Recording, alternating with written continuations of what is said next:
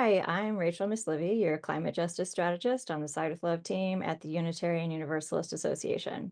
Side with Love brings our values to life through mobilizing leaders in congregations and beyond.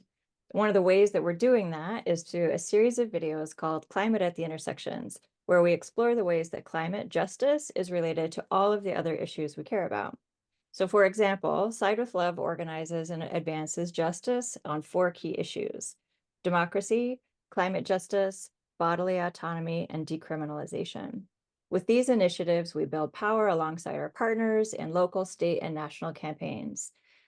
We ground our intersectional work in the understanding that there is no such thing as a single issue struggle because we do not live single issue lives, as Audre Lorde said. And so today I'm here with the Reverend Nancy McDonald Ladd, the Director of Communications and Public Ministry at the UUA, and one of the original organizers of the first ever UU Climate Justice Revival. Thanks, Nancy, for joining us today. It is so great to be here, and it is so heartening to see the traction and the excitement building for the revival as we approach September. I feel that too, 100%. So just another quick grounding in this series, we're exploring the ways that climate justice is connected to racial justice, economic justice, gender justice, disability justice, and more. And so before we got too deep into all of those issues, we wanted to take some time to ground our work in our values, in UU values. Our faith is at the root of all of our commitments to justice, community care, and realizing a world with love and justice at the center. So Reverend Nancy is going to share some thoughts on the connections between our UU faith and climate justice. And as you're listening to Nancy, I would encourage you to think about how your faith calls you specifically to this work.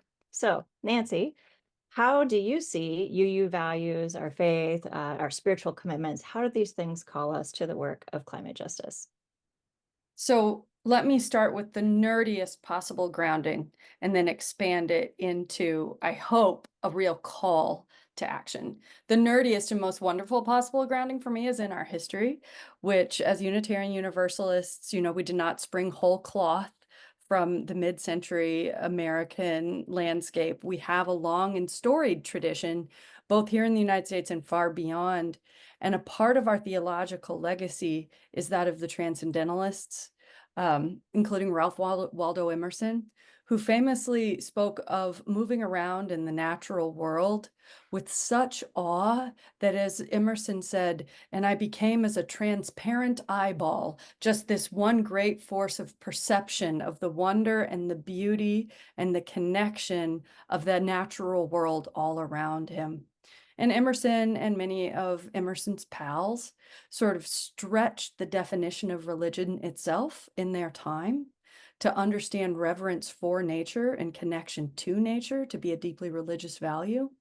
Where it becomes complicated and where our work evolves our tradition is that very often the transcendentalists and the American Unitarian religious landscape understood their interconnection to the natural world in more deep and nuanced and accountable ways than perhaps they understood their interconnection to their fellow human beings, including across economic and racial and gender basis, including across all of the various ways in which our accountability to one another as part of society was fraying at the edges.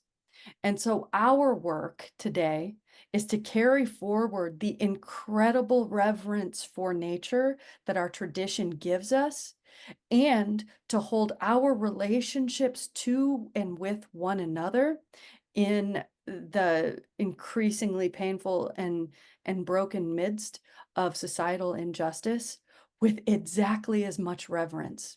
Imagine moving in spaces across difference and across borders and barriers of privilege and of struggle with such awe that each and every one of us is in it together, with the sense that that pluralism is itself a religious value, and with the sense that every single decision we make about the future of this planet is a decision that we make out of awe and reverence for our fellow human beings. every single one and none excluded, which is a deeply universalist value. I love all of that, Nancy, and thank you for the historical grounding. It's important to know where we come from, and that helps us stay on the track to where we're going. Yeah, the Um, hope is always like, we cannot be a tradition that loves the flowers more than each other. We have to be a tradition that uses our deep and abiding love and awe and reverence for science and for nature as a springboard for a deep and abiding reverence and accountability for one another. So it's almost like you read my questions before we started. You go Because figure. the next question is literally, why do you think it's important for UUs to ground their work in our values in a really intentional way? So carry on. So I've been, as many Unitarian Universalists right now, I've been thinking about both our expressed values, our shared values, as we officially embrace them, but also the values that expand beyond any of the particular words that we might choose to try to capture it. And particularly, I've been thinking about the value of interdependence, which is one of the values, shared values, that we recently voted on in General Assembly. And increasingly, I think about the fact that interdependence, in some ways, is not a theological statement. It is a reality. In the super nerdy, like theologians' way of saying it, it is an ontological truth. It just is. We indeed are interdependent. We indeed are interconnected. There is no way to opt out, to choose out, to be like, I'm going to function as if I'm not interdependent, because every single choice that we make impacts the world. And what is it, Octavia Butler said, that all that we touch, we change. All that we change changes us. This is a reality of the scientific world in which we live in. This is a reality of our being. What makes it theological, what makes it a moral choice, is our willingness to engage in a set of promises and behaviors and covenants in light of that interdependence. Since all that I touch changes me, and every interaction I have changes you, then I covenant, I make a promise so that my choices in this interdependence can value you as a human being, right? Mm-hmm. And so what does it mean for covenant, for promises, for a set of moral judgments to be laid? And I don't mean judgments like judgy. I mean judgments in a grown-up moral sense, that we get to make choices. What does it mean for covenants and promises to be laid as a religious value over top of the interdependence that we could not escape even if we tried? Mm-hmm. Um, and if that is our work, then to what degree am I willing to be accountable to those promises and to change my own outlook, my own sense of self, my own self-understanding, even identity, in Mm-hmm. light of those promises? That to me feels like incredibly important work. And it's work that acknowledges the ontological reality of our interconnectedness and doesn't allow us to hide um, behind an idea of isolation. We are called to be independent thinkers, but that doesn't mean that we can preclude the reality of our interdependence and the demands that that interdependence places on us if we want to be moral actors in a broken world. Mm-hmm. I love all of that, Nancy. Thank you for that. And as you were talking, I was thinking about the first interview that we did in this series, which was Climate Justice is Social Justice. And in that, I was talking about how, for me, for a long time now, uh, before Article 2 or any of that came out, I've been trying to ask myself the question all the time of how can we center love in the climate movement? And I shared a story about a farmer, Fred Carter, who talked to me about decarbonizing relationships. And he said, if I am always coming at you with how much I can get out of you, then I build a system to do just that. And so as you're talking about interdependence, I was thinking about that extractive relationship, that the transactional nature of our work sometimes, especially organizing work. And if we center love and honor our interdependence, we really we can't be transactional and extractive of each other anymore, because then we're extractive of ourselves too, which is kind of mirroring all of the harms that the problems that got us in this situation in the first place. Yeah. So And I that think there are times when the ways in which we hold um, this work, not just climate justice, but justice work as a whole in congregations, can be cordoned off in these little pockets. You know, you have your people who are working for bodily autonomy. You have your people who are working specifically to address climate change, right? And sometimes when we are cordoned off in these ways, in these little pockets, we can engage one another in fundamentally extractive ways or in ways that center scarcity, Mhm, that end up telling a story like, if we're going to work on bodily autonomy, then we're not going to pay enough attention to the issue that is closest to my heart, which is climate justice. And what we're inviting in the climate revival is not just a breaking down of those silos, but admitting that those silos are kind of made up and constructed in the first place. And mhm, that in reality, if we're willing to relate to one another differently, not to get something or to check something off of a list, but to hold the entanglement of our moral commitments together. Not only can we get further, but we can feel more nurtured and more connected and more relationally sound as we do the work. and doesn't that just feel so much better thinking about it?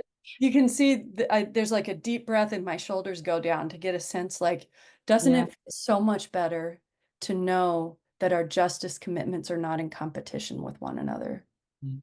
Absolutely. So if somebody's watching this video and they're also feeling that kind of relief in their body, and then they're thinking, well, how do I do this? How would you encourage you use to start moving into that more faithful approach to climate justice?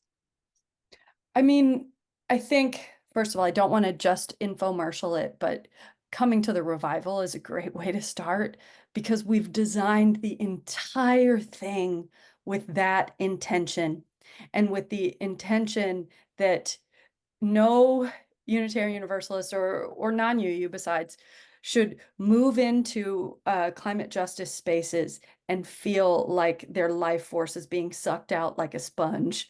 Because in fact, our capacity is the most important resource to build a sustainable future. And if we drain our capacity in a sense of hopelessness or a sense of transactional relationship, then we're Mhm, foreclosing on who we can be for one another in the long haul.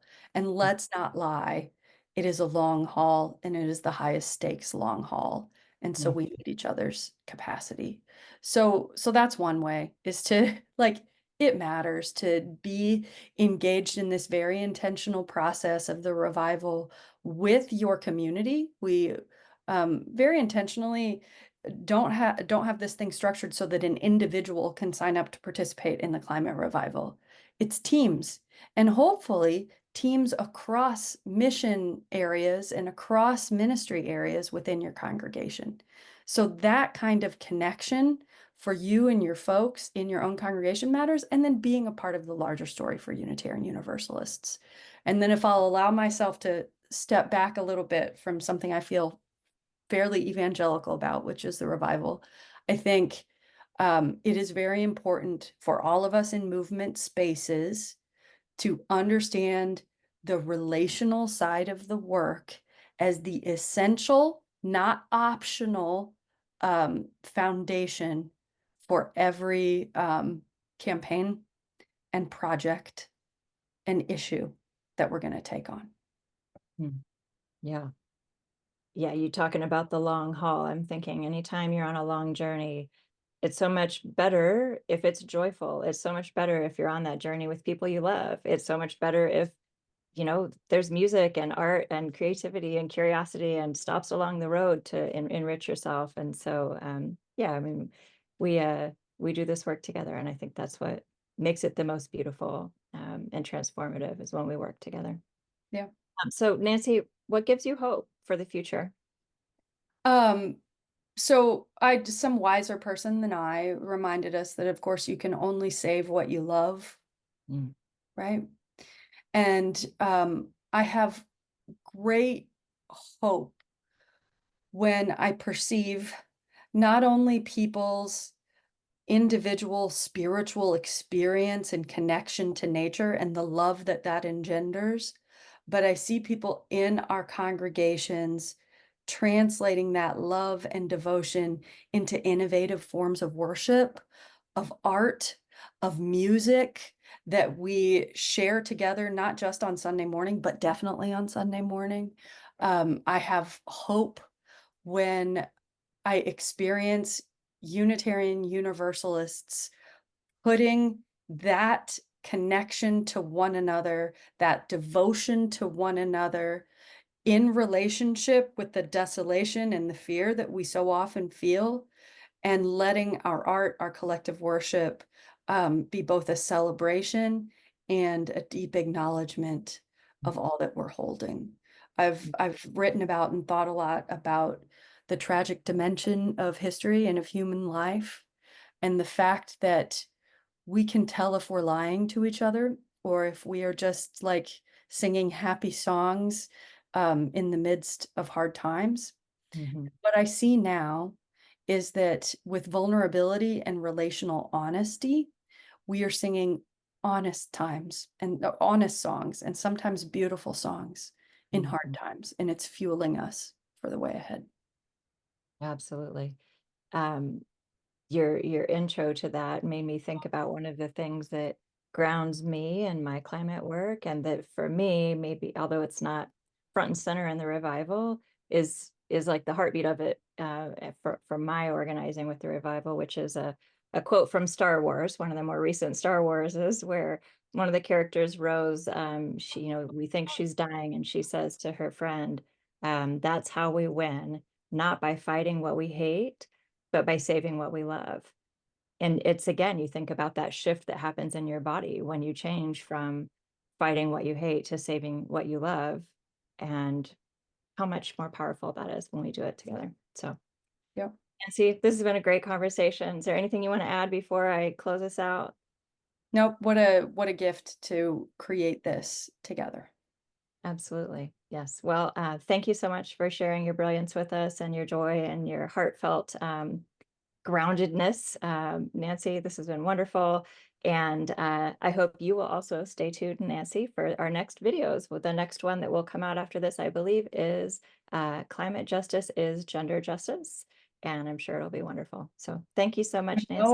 You know I'll watch it. Thanks, everyone. Bye.